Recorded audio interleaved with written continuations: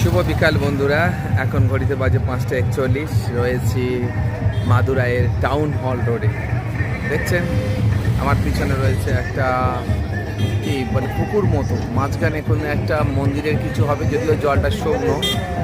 আর আমার চারদিকে, আমার সামনের দিকে রয়েছে হোটেল। দেখুন এখানে বিভিন্ন হোটেল রয়েছে, প্রচুর হোটেল। শুধু এখানে নয়, আমার সামন দিকে ওইদিকে সব হোটেল। এইদিকে হোটেল, ওখানে গ্র্যান্ড রেসিডেন্সি রয়েছে। তার পাশে দিকে জি ভাইসনো রেসিডেন্সি রয়েছে। দেখাবো, দাঁড়ান। অনেক অনেক হোটেল, এইসব প্রচুর হোটেল। পুরো এই জায়গাটা চারিদিকে হোটেল। আর একটা বিশেষ ব্যাপার আছে, এই রাস্তাটা, এই যেমন আমরা রাস্তাটা দেখুন, এই রাস্তাটা সোজা চলে গেছে মা মীনাক্ষী দেবী মন্দির।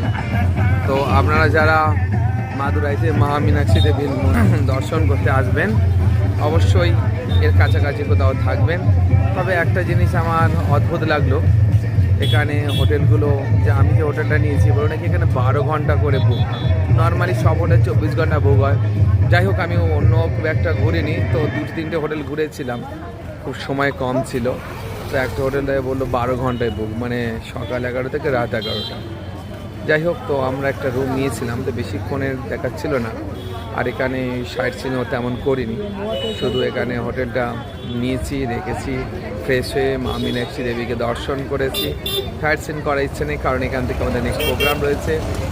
আর এমন একটা পজিশান দেখলাম, বেশ মানে অন্যান্য জায়গায় অনেক ঘুরেছি, এখানে ঠিক অতটা ভালো হয়তো আছে, আমার আর কি ঘোরা হয়নি বলে আমি বুঝতে পারছি না। যাই হোক, প্রিয় বন্ধুরা যারা আসবেন, এই জায়গাটাতে বিভিন্ন হোটেল আছে, আপনারা এই জায়গাটাতে আসবেন, হোটেল নেবেন। এবং মীনাক্ষী দেবী মন্দিরের কাছাকাছি হোটেল সম্ভবত কম আছে, কারণ আমাকে যখন আমি করছিলাম বলো, বেশিরভাগ হোটেল এখানেই আর কি। আপনারা এখানে নিতে পারেন, খুঁজে দেখতে পারেন। তবে হোটেল প্রাইস মোটামুটি 1000-এর উপর থেকে এই হোটেলের প্রাইস, 1000 থেকে এখন 3000, 4000, 5000 টাকা হোটেল আছে। যারা আসবেন এই জায়গায়, তবে হ্যাঁ আগেই বলে দিই, আপনারা সরাসরি যদি স্টেশন থেকে এখানে হেঁটে আসেন 10-15 মিনিট লাগবে, হেঁটে আসতে পারেন। এবং নিজে গিয়ে হোটেলের কথা বলবেন। যদি কোনো অটোতে আসেন, তো এই রাস্তা আসার শুরুতে, মানে ধরুন এই রকম জায়গাতে আপনারা অটো ছেড়ে দেবেন, দিয়ে আপনারা নিজেরা খুঁজে খুঁজে হোটেল করবে। তবে অটোওয়ালা আপনার পিছন পিছন যাবে, কারণ বেশিরভাগ জায়গায় এইটা একটা গোলমালের ব্যাপার। বিশেষ করে এখানে আপনাদের উদ্দেশ্যে এটাই বলার, আপনারা নিজেরা হোটেল করবেন, ঘুরবেন। মা মীনাক্ষী দেবীর মন্দির, অন্যান্য অনেক দর্শনীয় স্থান আছে, আমার ভালো লেগেছে।